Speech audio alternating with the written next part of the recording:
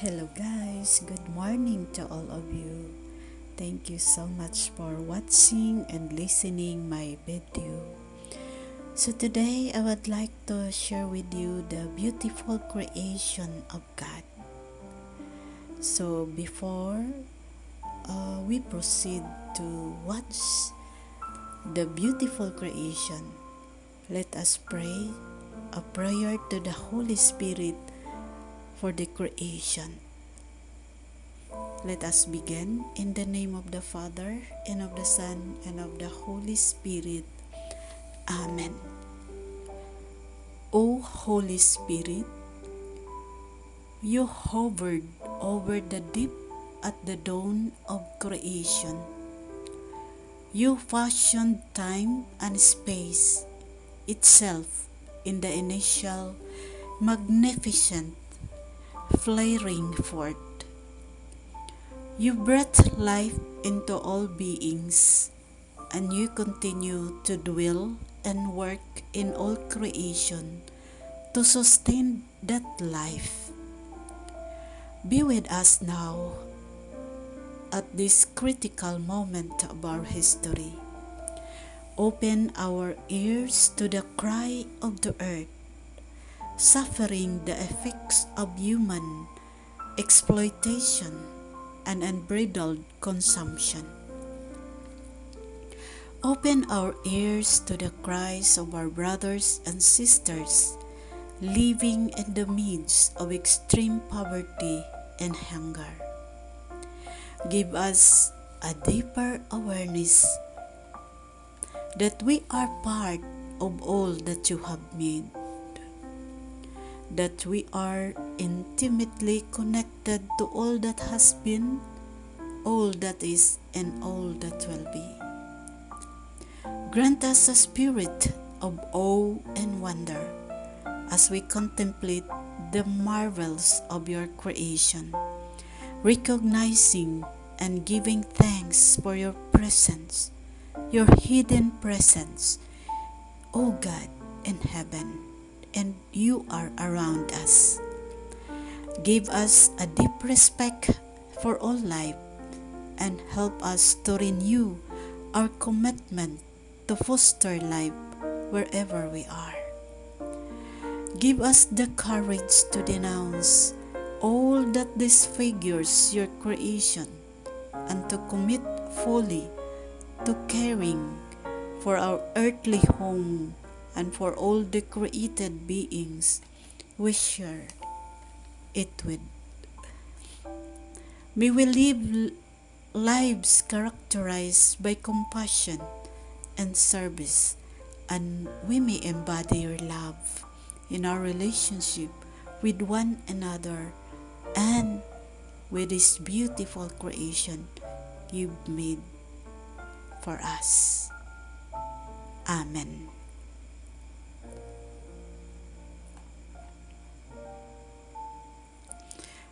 Creator God, you show us what love is through the beauty of the earth and the gift of your Son. For the love of this mountain and forest, sea and city, woman and man, friend and family, those who live far from us and those yet to be born, move us to live more simply, to protect the earth and to speak up for those in need. Amen. In the name of the Father, and of the Son, and of the Holy Spirit. Amen.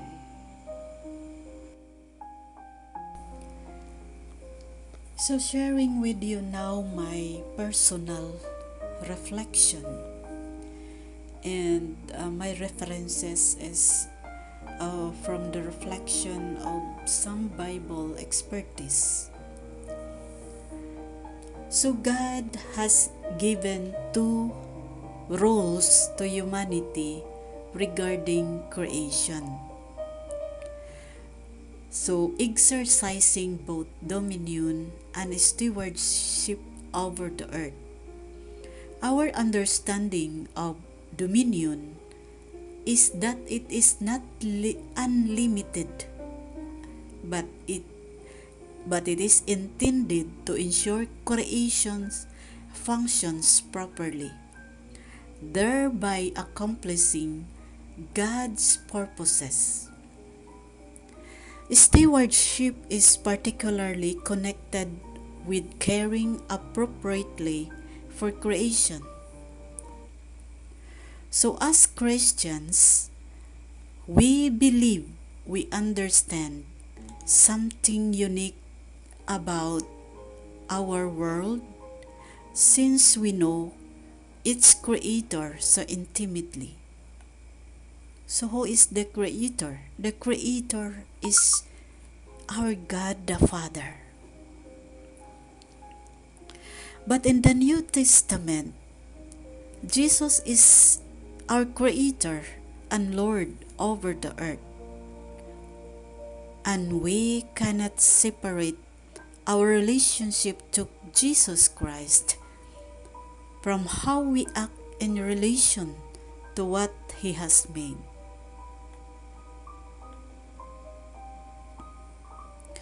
To simplify, Jesus Himself told us in the New Testament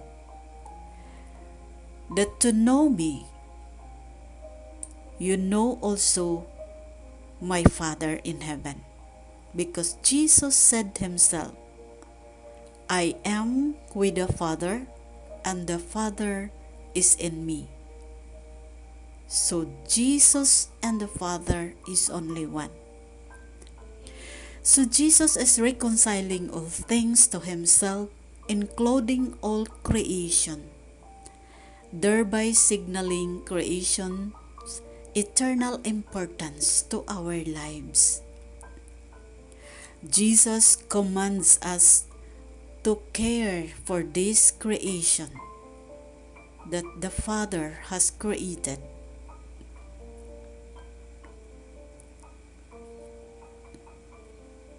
So we should care and giving importance to these beautiful creations God has given to us.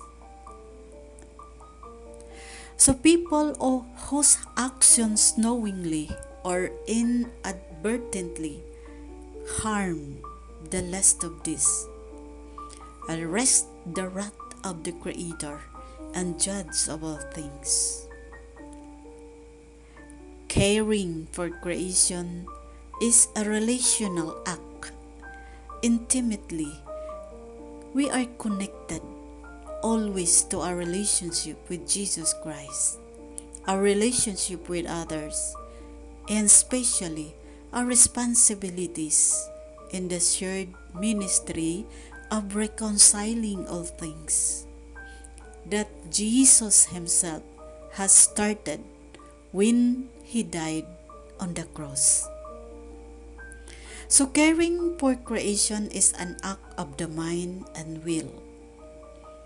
However, as with all things, the leading and filling of God's Spirit is required for true long-term success from a biblical perspective. So in the New Testament, in the Gospel, in Jesus' life, ministry, and teaching, we see a unique perspective of creation.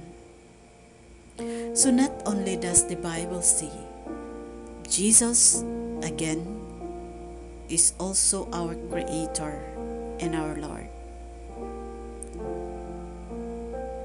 And Jesus is reconciling all things, including this beautiful creation.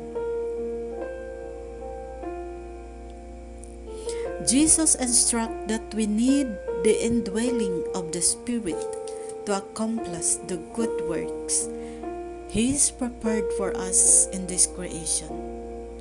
So the scriptures paint a clear picture of.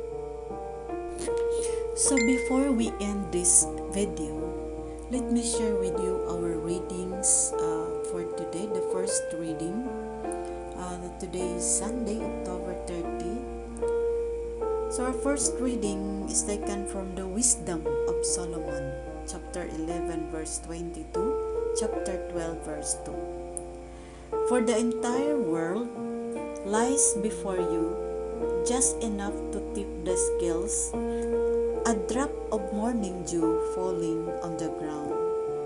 But because you are almighty, you are merciful to all. You overlook sins and give your children time to repent. You love everything that exists and hate nothing that you have made. Had you hated anything, you would not have formed it. How could anything endure if you did not will it? And how could anything last that you had not willed? You have compassion on all, because all is yours, O Lord, lover of life. In fact, your immortal spirit is in all, and so by degrees you correct those who sin. You admonish them, reminding them how they have strayed, so that turning away from evil, they may trust in you, Lord.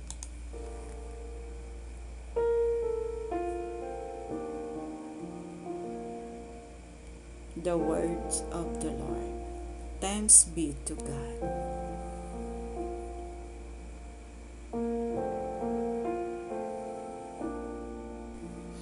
Thank you so much, guys, for watching and listening my video. Shout out to all Team Boba World for watching my video. So thank you so much, guys. God bless to all of you. And also thank you so much Resa's Garden Oasis in USA, and also Boba World. Thank you so much our admin, and Bisaya Aliman, Linda's World in Germany, Evelyn Hamilton, Doris Batikan, Boyang Mix Vlog. So thank you so much Miriam Waddell, Crazy Frog, Rainbow Skies. Thank you so much, guys, and to all of you who listen my